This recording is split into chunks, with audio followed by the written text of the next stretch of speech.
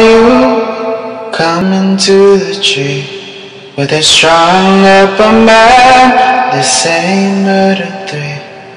Strange things that happen here, how stranger would it be if we met at midnight in the hanging tree?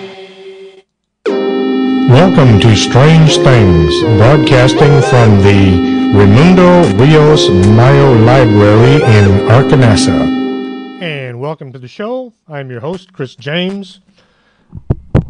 Hopefully everything's working out okay.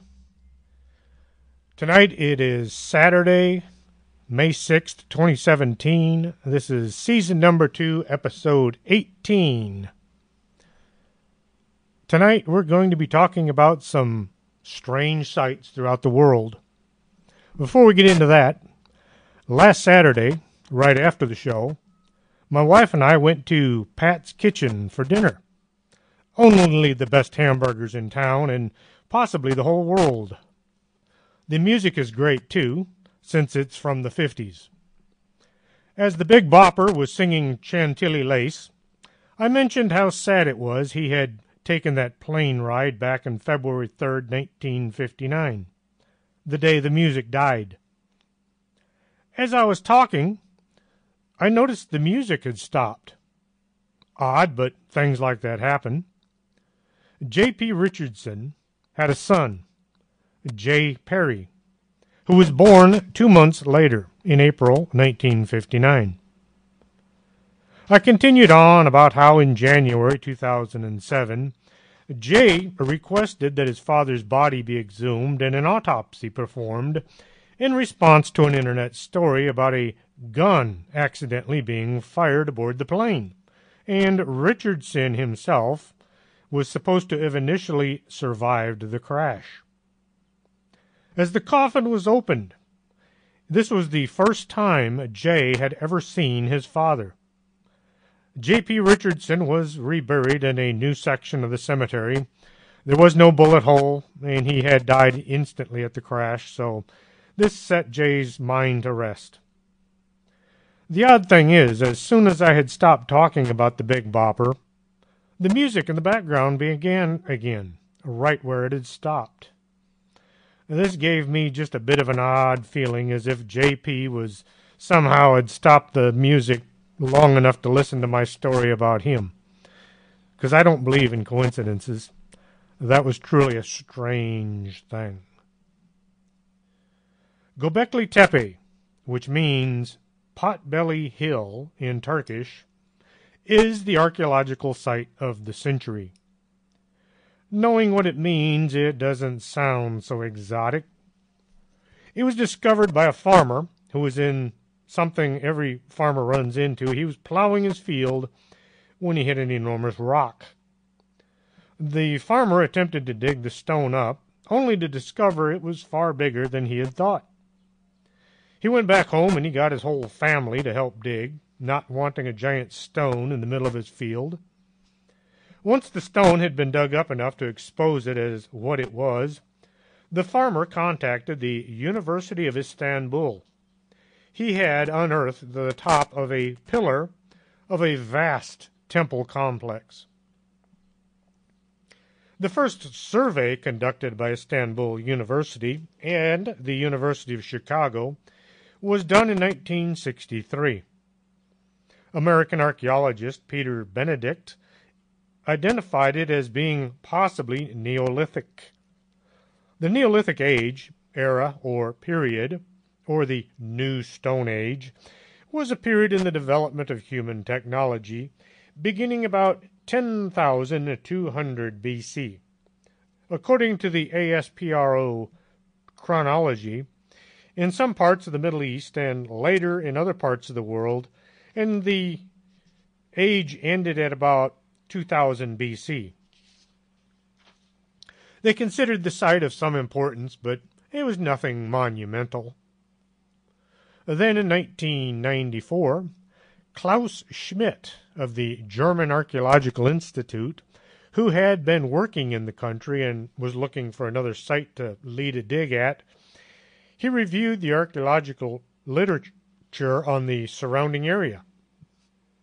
found the Chicago researcher's brief description of Göbekli Tepe, and he decided to give it another look. With his knowledge of comparable objects at Neveli Kori, he recognized the possibility that the rock, or the slab, was actually the part of a T-shaped pillar. The following year, Schmidt began excavating, along with the collaboration with the Sanlurfa Museum. They found huge T-shaped pillars. Some had apparently been subjected to an attempt or to smash, probably by other farmers who mistake them for larger rocks. The nearby Grukutep site, also Neolithic, was not excavated until the year 2000. The excavation has found over 200 T-shaped pillars, all part of an enormous temple complex. The complex was formed into 20 large circles, each about 40 feet across. On some of the pillars are depictions of animals. Most are easily recognized as common: sheep and deer, camels, lions, and cattle. Then there is what can only be described as a dinosaur. It shows a Stegosaurus. There's nothing else I can think of that the carving could depict. The creature has a rounded spine with large plates standing out along both sides of its back. Why did these folks carve a Stegosaurus inside their temple?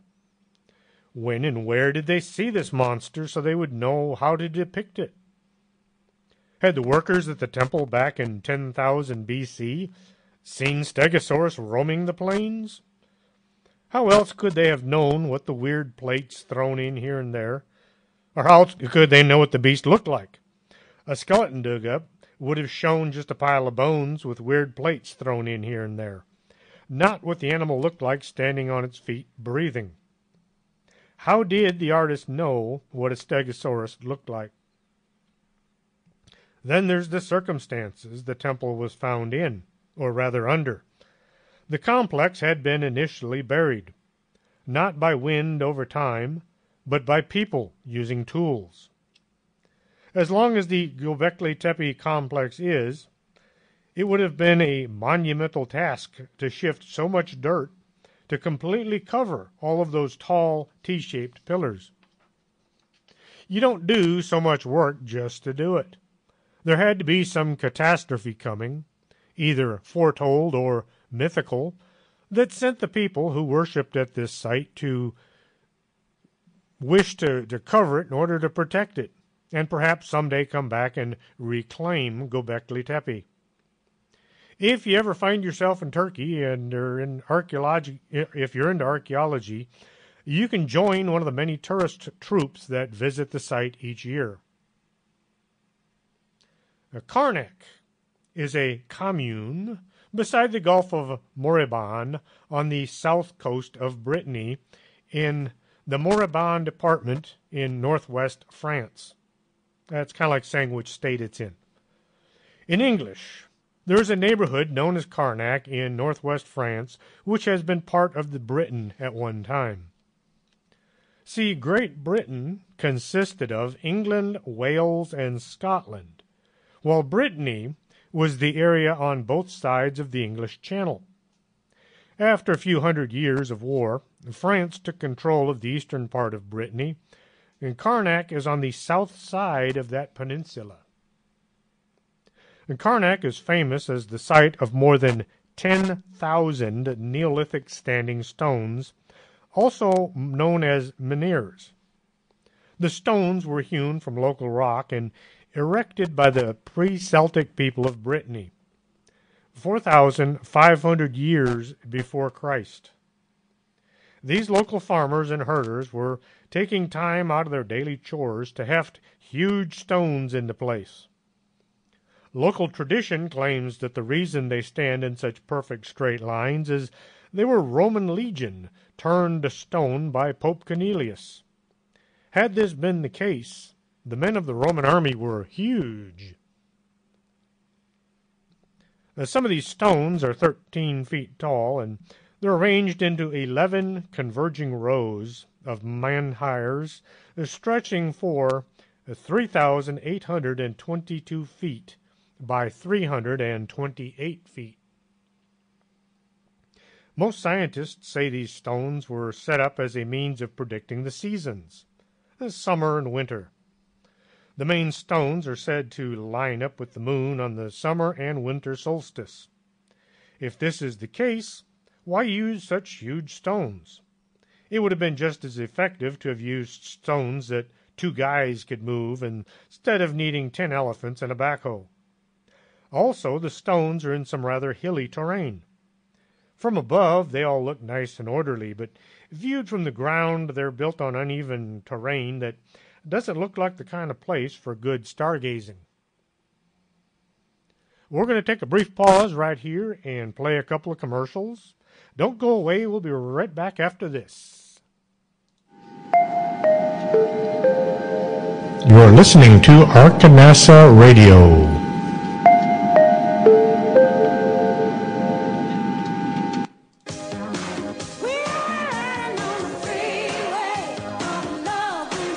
Do you have skin? Would you like to take better care of it? Call Lourdes James, independent beauty consultant, and set up an appointment. Call 723-3019.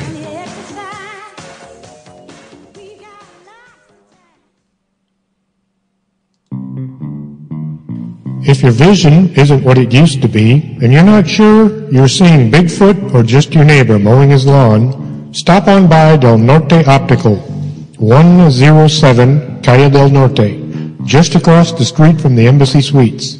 You should be able to see what you're looking at.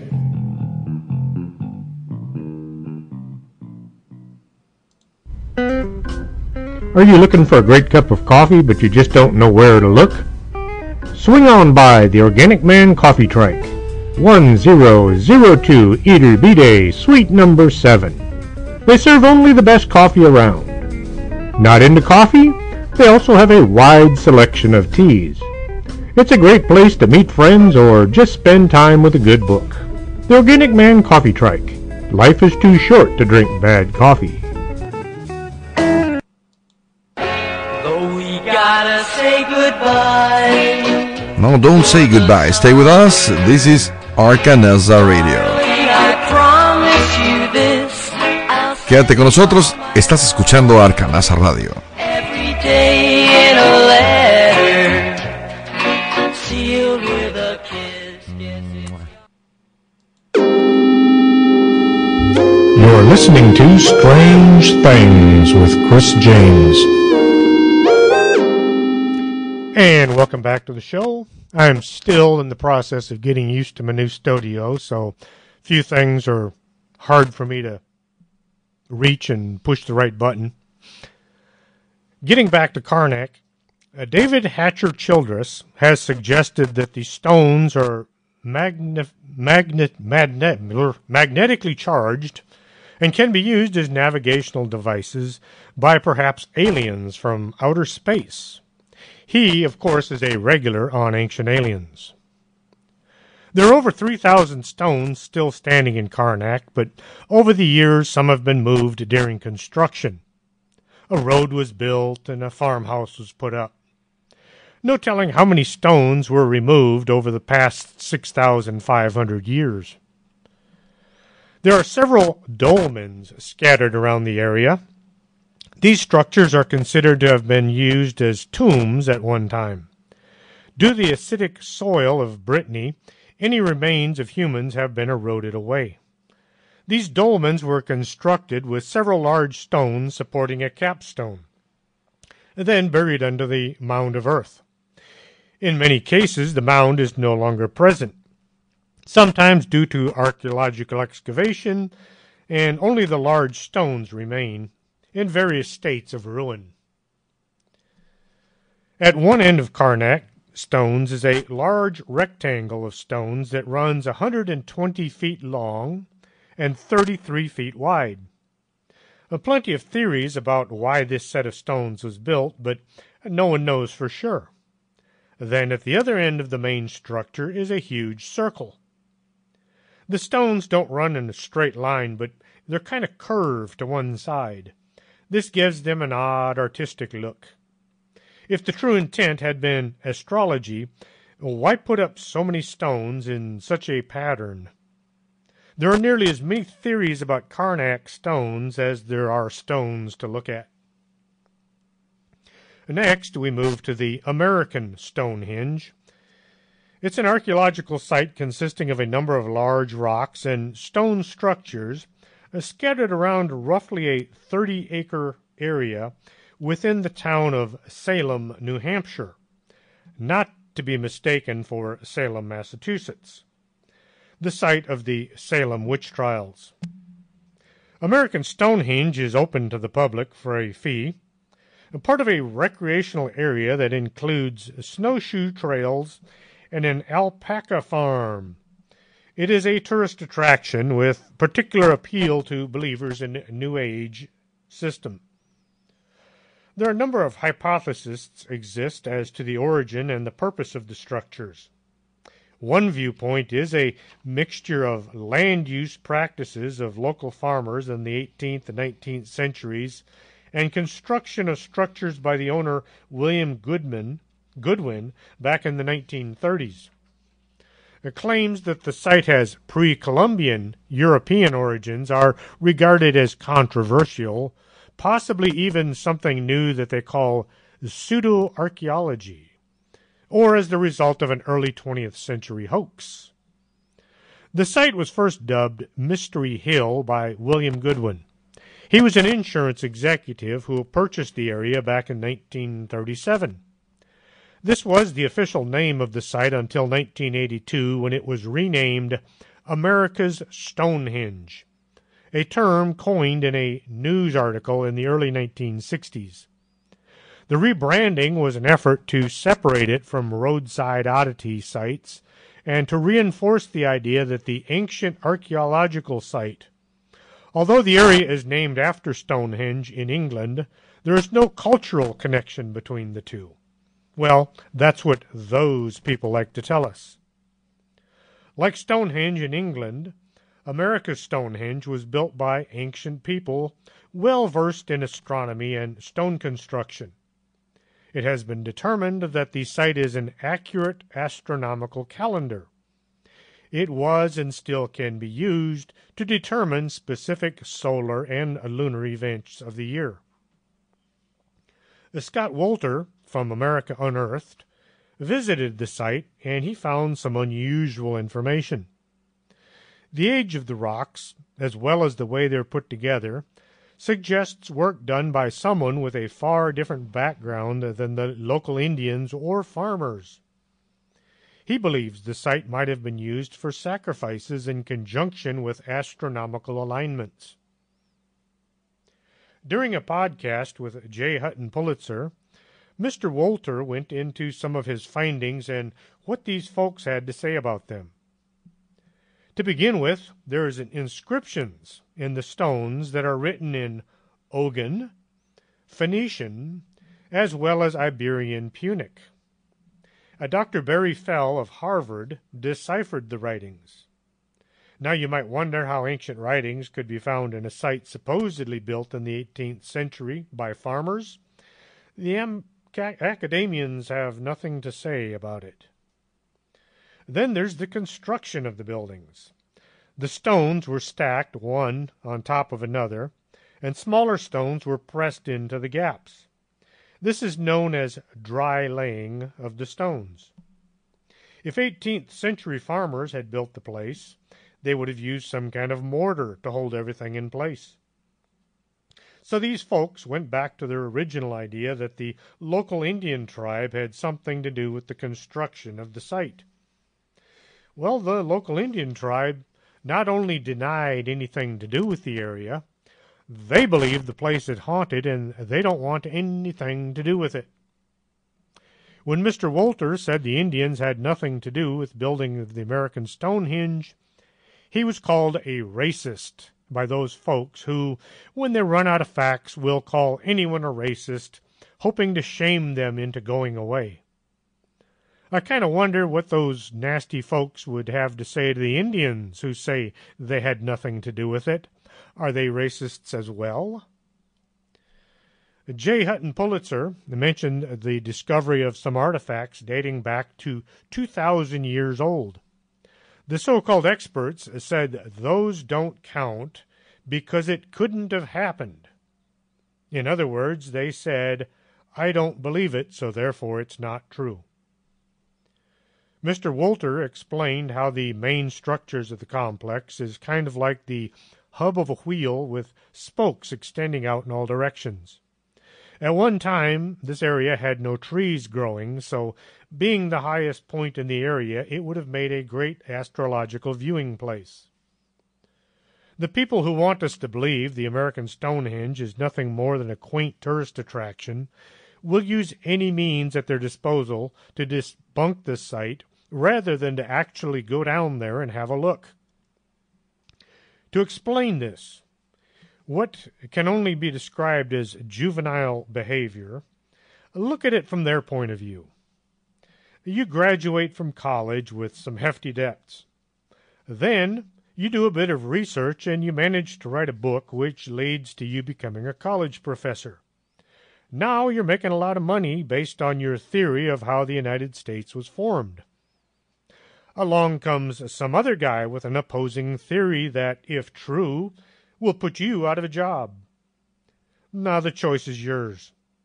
Go back out and do a lot more digging, working up a sweat and some blisters, hoping to reprove your original theory, or you can try to destroy your opponent through character assassination and mudslinging. Now those people have spoken. The country was nothing but uncultured natives until Columbus arrived, and then everything important happened. There is one huge standing stone that, when viewed from the central hub, lines up with Stonehenge in England. You have to be way up top to see it. Dennis Stone, one of the owners of American Stonehenge, discovered this while using Google Earth. If you'd like to listen to the podcast between Scott Wolter and J. Hutton Pulitzer, go to soundcloud.com/investigating history. Then scroll down to America Unearthed, Season 1, Episode 6, called America's Stonehenge. A critical review with Scott Wolter. And then you can catch up with the behind the TV show story. The underground rock-hewn churches of Lalibela have been in non-stop use by the Orthodox priests since the 12th century. These churches are a miracle created by human hands as if to amaze their viewers. Lalibela is situated in an isolated area of the Lasta Mountain. The place is very remote with only one road leading in, which just happens to be unpaved. The most amazing thing about these churches is the way in which they are built. During the reign of Saint Gebre Masquel Lalibela in the late 12th century, he commissioned the construction of what was to be the New Jerusalem. 11 churches were carved into the solid rock, starting from the roofs and working down. The workers had to chip and scrape the stone away, creating the structures as they worked their way down to the ground. Several of the churches in the shape of the cross. Others are more conventional buildings. The workers had to dig down 30 feet in some places in order to make these 3-story buildings, carved into the solid rock of the mountain. Next, all the buildings were connected by tunnels running from one church to the next. This allowed access to each site without having to climb up and down to go from place to place. The sheer size of this church complex is mind-boggling when you consider it was made by hand using primitive tools. And it's not just an utilitarian construction. The windows and the doors are all delicately decorated with intricate carvings, all done of the same piece of stone. The Orthodox Ethiopian Christians consider these churches to be the most holy place on earth. During Christmas, hundreds of thousands of pilgrims visit as a show of their faith. Ethiopia, especially the Ethiopian Orthodox Church, still use the old Julian calendar, so they celebrate Christmas on January 7th, in case you wanted to visit. Now they say the Ark of the Covenant is in Axum, which is part of Ethiopia, at a monastery secured behind a fence and guarded by a few priests. Now, if I had the Ark of the Covenant, I'd put it in the churches of Lalibela. Those things are massive, and it would be far harder to break in. Or could it actually be there, and we're only told it's sitting in Axum? Something to think about. The Longmen Grottos are located in China. They are some of the finest examples of Chinese Buddhist art. There are tens of thousands of statues, just of Buddha, as well as statues of his disciples, set in hundreds of caves that run far back into the mountain. There are as many as 100,000 statues in all, with about 2,345 caves, ranging from 1 inch tall all the way up to 57 feet. The area also contains nearly 2,500 stelae. The stelae are relief carvings, kind of like the ancient version of 3D art today. There are also inscriptions, thus the name Forest of Ancient Stelae, as well as over 60 Buddhist pagodas. Most of the statues and stelae were painted at one time with vibrant colors, giving them a nearly lifelike appearance. The earliest history of the construction of the Longmen Grottos can be traced to the reign of Emperor Zhiwan of Northern Wei dynasty when he moved his capital to the Luoyang. Don't speak Chinese, but they have some extra vowels and letters in there that you can't pronounce. The grottos were excavated and carved by Buddhist subjects over the period from 493 A.D. to 1127 A.D.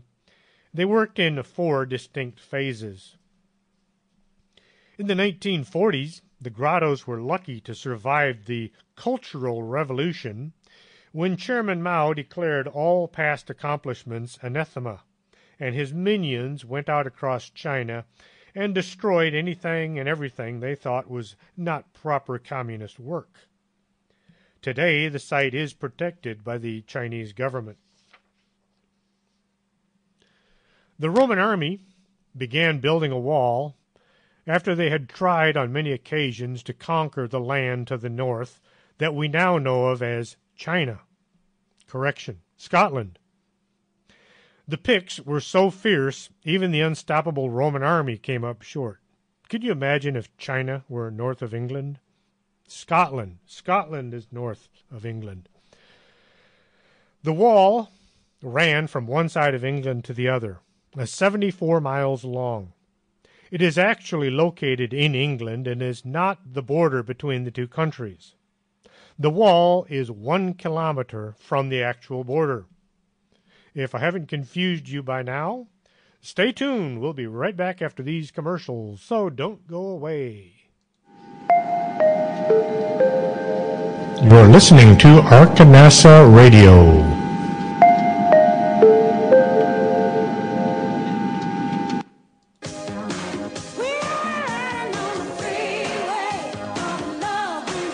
Do you have skin? Would you like to take better care of it? Call Lourdes James, independent beauty consultant, and set up an appointment. Call 723-3019.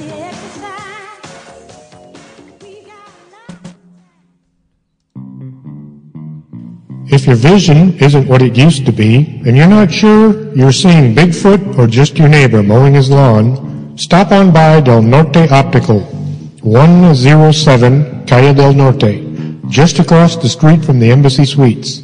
You should be able to see what you're looking at.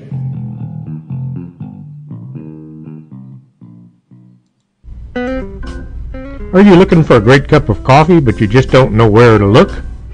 Swing on by the Organic Man Coffee Trike, 1002 Iturbide, Suite number 7.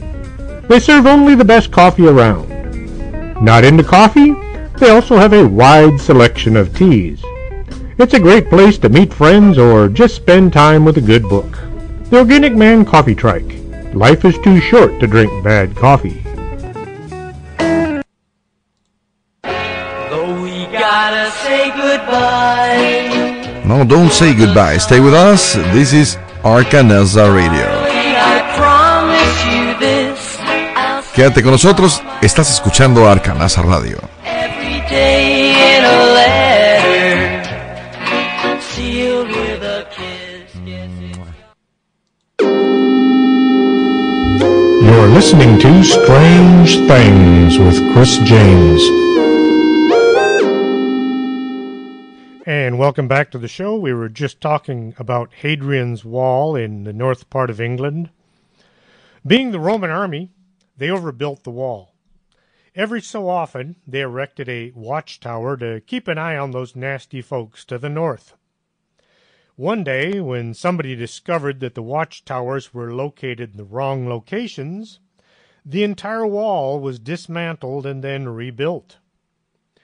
Whereas the entire Roman army consisted of men, the Picts had both men and women fighters. They would paint themselves with blue paint and then run into battle naked. There wasn't much the Roman army feared, but the Picts managed to become one of them. The fortifications were situated along the south side of the wall. If the Picts were to attack, the army could be alerted and moved to support the section of wall under assault. The Romans had sentries stationed along the wall. Should they spot trouble, they would wave a torch to let the next sentry know there was a message coming. Then the torch was obscured for a bit. The sentry would hold the torch aloft for a predetermined time. Not having invented the clock yet, they used a water jug with a stopper at the bottom. The stopper was pulled for as long as the torch was visible. When the torch vanished a second time, the plug was put back into the jug, and a float with pre-written messages on it would show at the top of the jar. It would say something like, "Send help," or "What's for dinner?" When the Roman army finally pulled out of England, the wall was partially dismantled and used to build houses. There's still a lot of the wall left to see today. Bagan, formerly Pagan, is an ancient city located in Mandalay region of Myanmar. From the 9th to the 13th century, the city was the capital of the Pagan kingdom, the first kingdom that unified the region that would later constitute modern Myanmar. During the kingdom's height between 11th and 13th century, over 10,000 Buddhist temples, pagodas, monasteries were constructed in the Bagan plains alone, of which the remains of over 2,200 temples and pagodas still survive. According to the Burmese history, Bagan was founded in the 2nd century A.D. and fortified in 849 A.D. by King Payanbaya, the 34th successor of the founder of early Bagan. It was among several competing Payu city-states until the late 10th century, when the Burman settlement grew in authority and grandeur. From 1044 to 1287, Bagan was the capital as well as the political, economic, and cultural nerve center of the Pagan Empire. Over the course of 250 years, Bagan's rulers and their wealthy subjects constructed over 10,000 religious monuments, more than 1,000 stupas, 10,000 small temples, and 3,000 monasteries, all in an area about 40 square miles in the Began Plains. The prosperous city grew in size and grandeur and became a cosmopolitan center for religion and secular studies. The city attracted monks and students from as far as India, Sri Lanka, and Khmer Empire.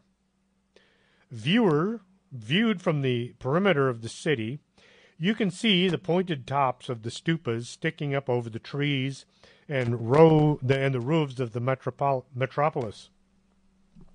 The religious constructs stand out against the rest of the city like stalagmites. Most have a reddish color that really stands out against the greenery of the trees.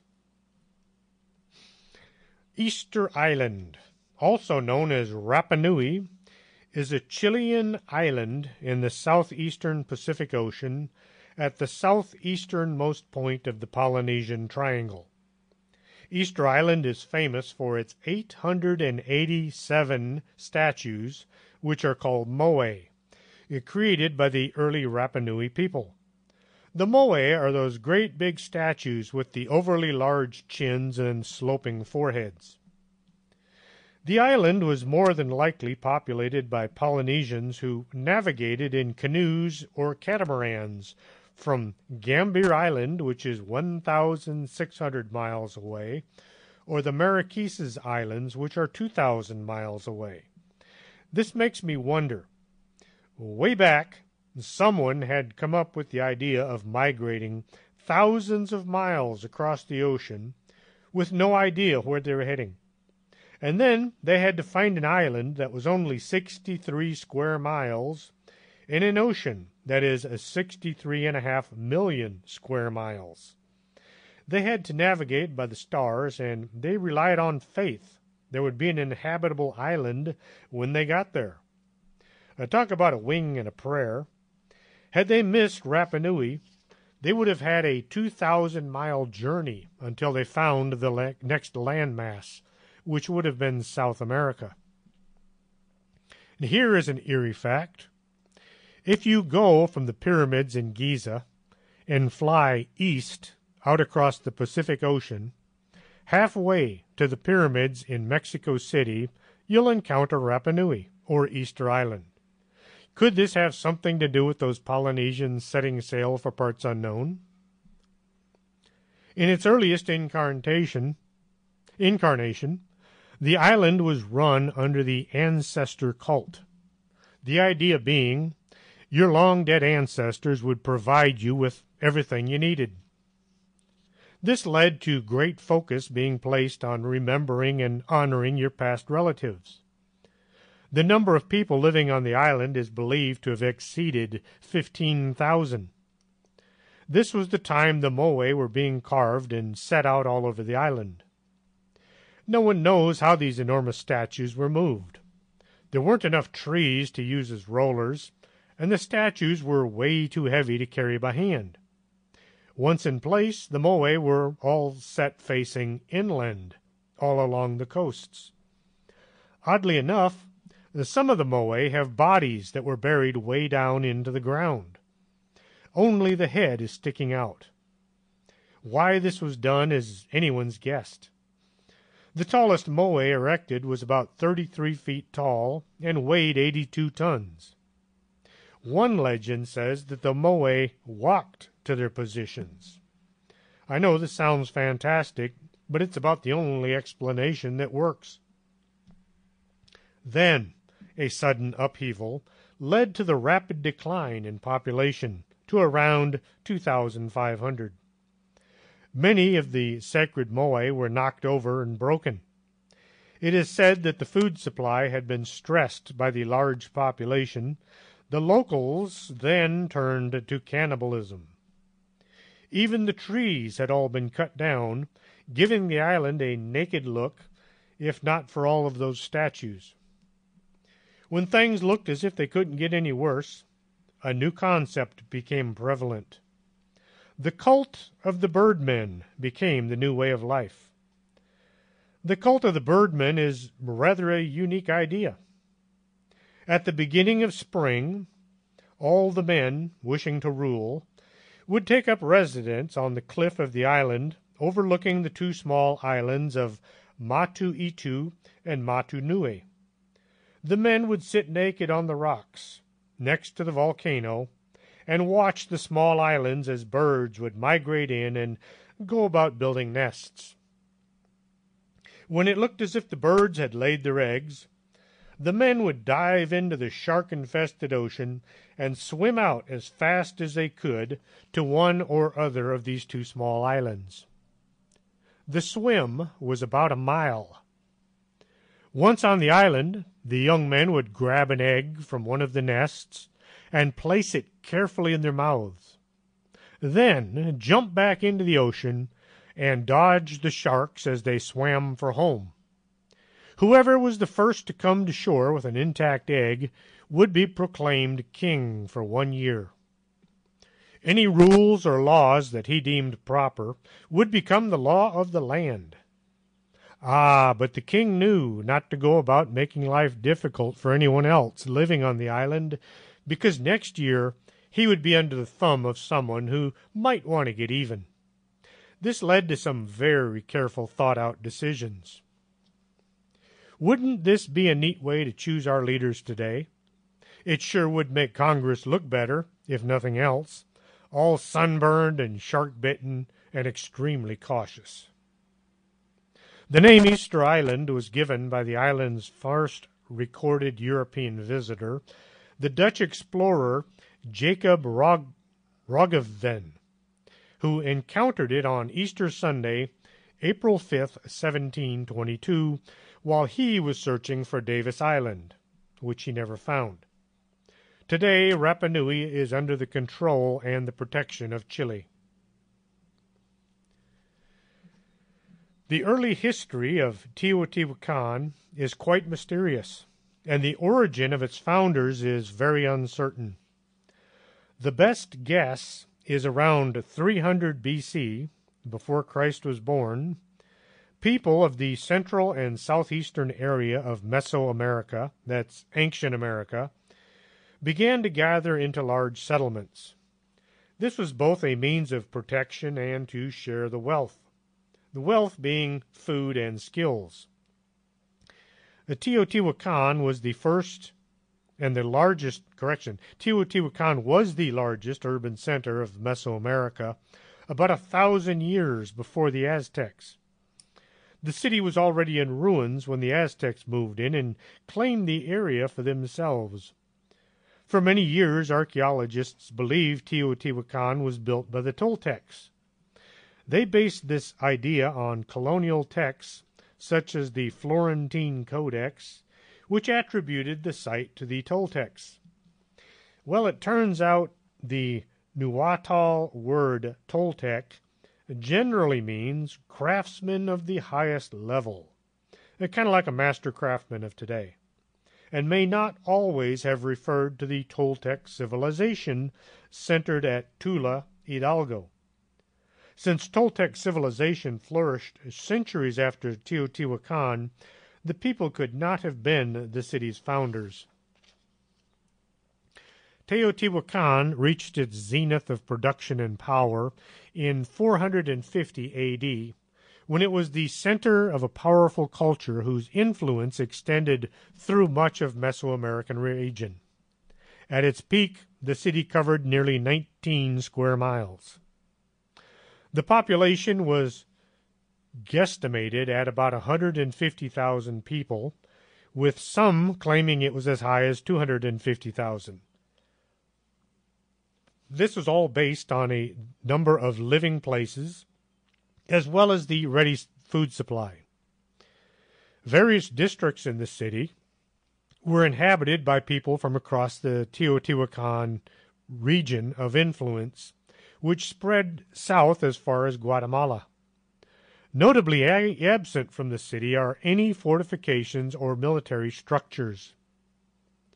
The scholars had thought that invaders attacked the city in the 7th or 8th century, sacking and burning the place. This theory was based on archaeological digs that all focused on the temples and the lavish living quarters found throughout the site. The bigger buildings all drew the archaeologists like flies to honey. All the best relics would be found in these kinds of places. Once all the fancy structures had been sifted and gone through, and all the cool stuff was cataloged and examined, work began on the less fancy part of town.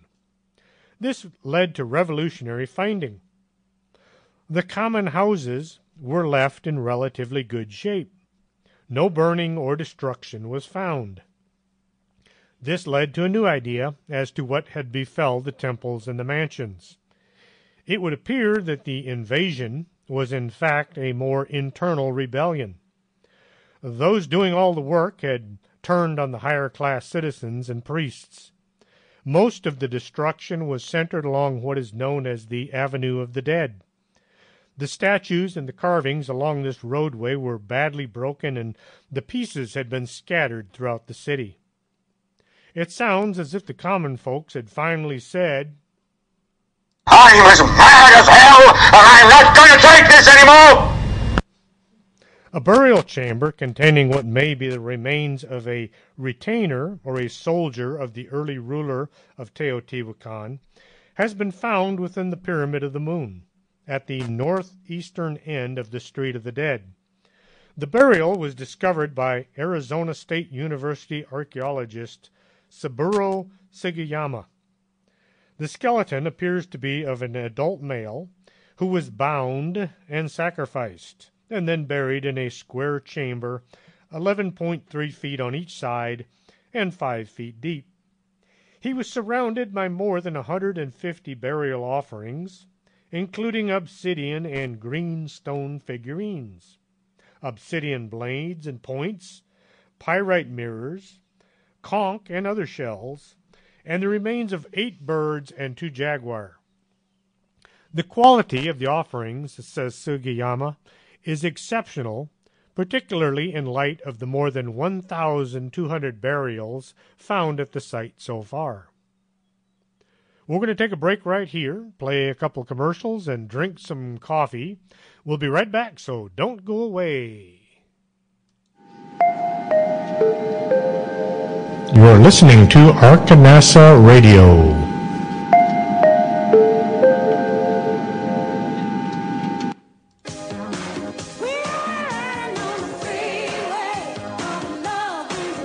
Do you have skin? Would you like to take better care of it? Call Lourdes James, independent beauty consultant, and set up an appointment. Call 723-3019.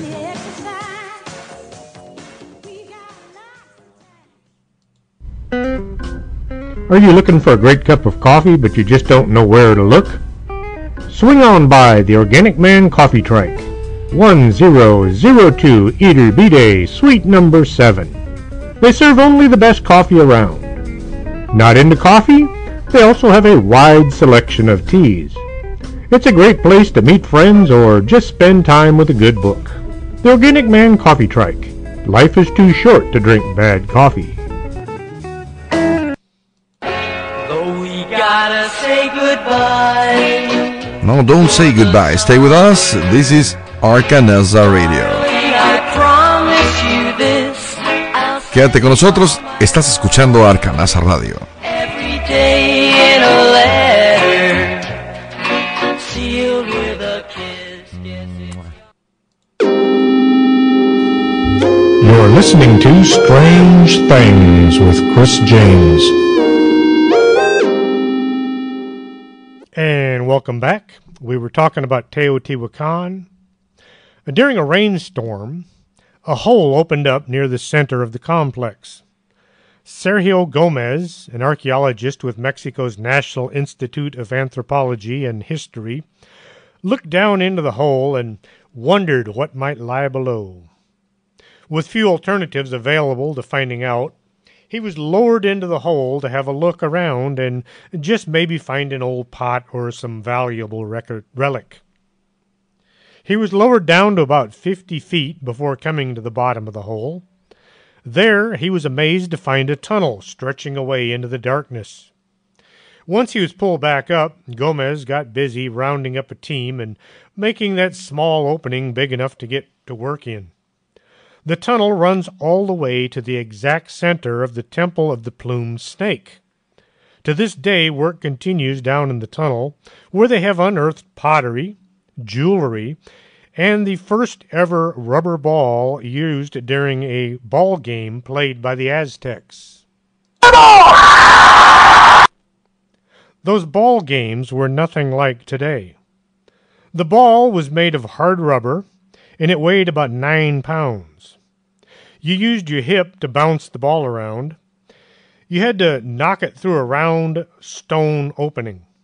And the winners were all sacrificed to the gods. Just think how different the Super Bowl would be today if they still did that. Now here are some things that most folks don't like to think about. The Great Pyramid in Giza measures 3,023.16 feet. The Pyramid of the Sun measures 2,932.8 feet.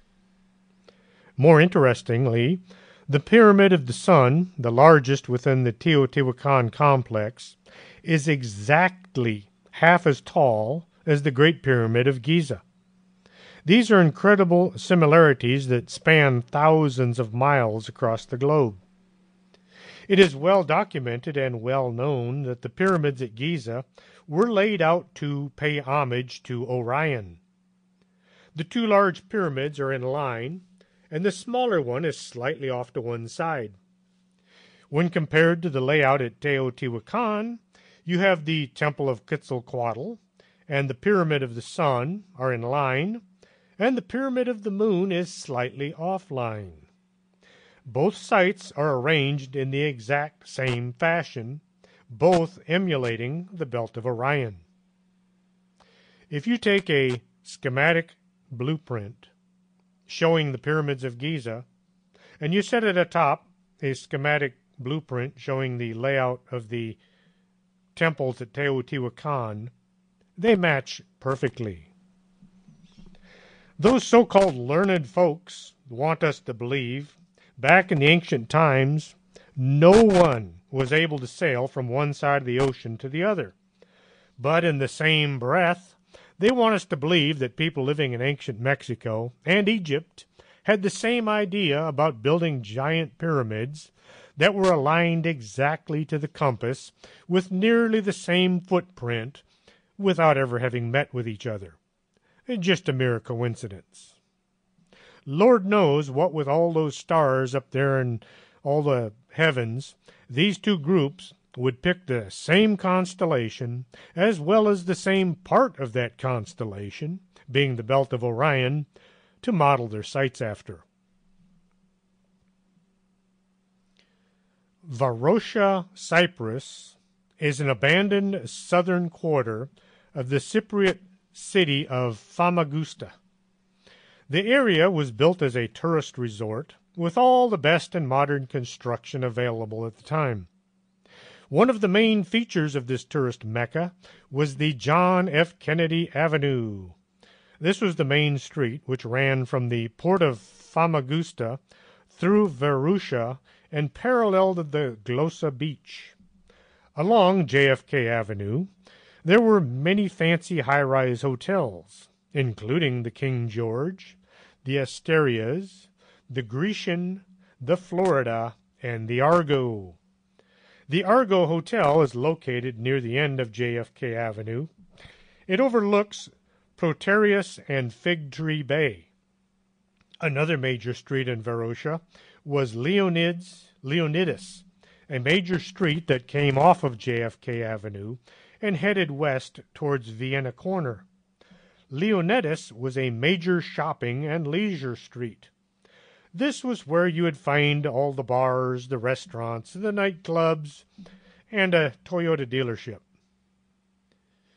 Then, in 1974, Turkey invades Cyprus, and they managed to seize the east half of the island before being stopped by the Cyprus army. The Turks fenced off the tourist district and it became the play place for the military higher-ups. The UN did what the UN does best, which is nothing. They told the Turks they had to return the island to its inhabitants, and the Turks refused. So the UN folks went into Varosha and they partied with the Turkish military before leaving without having helped the Cypriots one bit. From that point on, no one was allowed into the tourist zone. To this day, Varosha looks exactly as it did back in 1974. Nothing has been changed, and nothing will ever be done until somebody besides the UN steps in and runs the invaders out. Way back, running up to World War II, building forts was all the rage. The Maginot Line was a huge complex of underground fortifications built between France and Germany to ward off any further invasions. The reinforced line was named after the French Minister of War, André Maginot, and built in the 1930s to deter invasion by Germany. Construction on the French side of its borders with Switzerland, Germany, and Luxembourg. The line was constructed using tons of concrete. Massive gun emplacements were placed at strategic locations to pound the German troops should they get so bold as to try again. Machine gun nests were mixed in to give support to the big guns. Everything was connected underground by tunnels and electric rail cars. The French army would be stationed in the bunkers as a part of their yearly service. The conditions were crowded, but the place was well vented and the food was good. Most looked at it as a joke because there was no way the Germans would ever try that again. The line did not extend to the English Channel because the French military did not want to offend neutral Belgium. And so the Germans just drove around the end of the wall and they invaded anyway. Well, the British freaked out when this happened and they started building some forts to protect the Thames and the Mersey estuaries to keep those nasty krauts out of England. Not on land, but out in the water. These forts were constructed on land and then hauled out into their positions. The bottom of the fort was filled with water, so the massive structure was firmly planted on the bottom of the waterways. The army forts were made from poured concrete and reinforced with steel plates. Once the forts were in place, they looked like something out of a science fiction movie, kind of like War of the Worlds. There were 7 towers in each group, sticking up out of the water on long legs with either deck guns or machine guns bristling from the tops. The 7 towers were all connected by catwalks so troops could move from one tower to the next. There were 3 of these Army sea forts. If you go to my Facebook page, Strange Things with Chris James, you'll see a photograph of some of these Army forts out in the water, and they do look like something out of War of the Worlds. Not to be outdone, the Navy got involved as well. Their forts were built using 2 huge round pillars that supported the main deck. The pillars were filled with water, so these forts sat on the bottom as well. The Navy forts only had 1 tower in each location, but they had 5 locations. Each fort housed about 120 men. Most of them were below the waterline. As far as I can find, none of these sea forts ever saw any kind of combat. They still did their jobs by keeping the German U-boats out of the British ship channel during World War II. You can still visit a few of them today, but you have to be very careful. They've been sitting out there since the end of World War II, and some of them are not in real good shape. Kijong-dong is a town in North Korea. It is situated in the north half of the Korean Demilitarized Zone.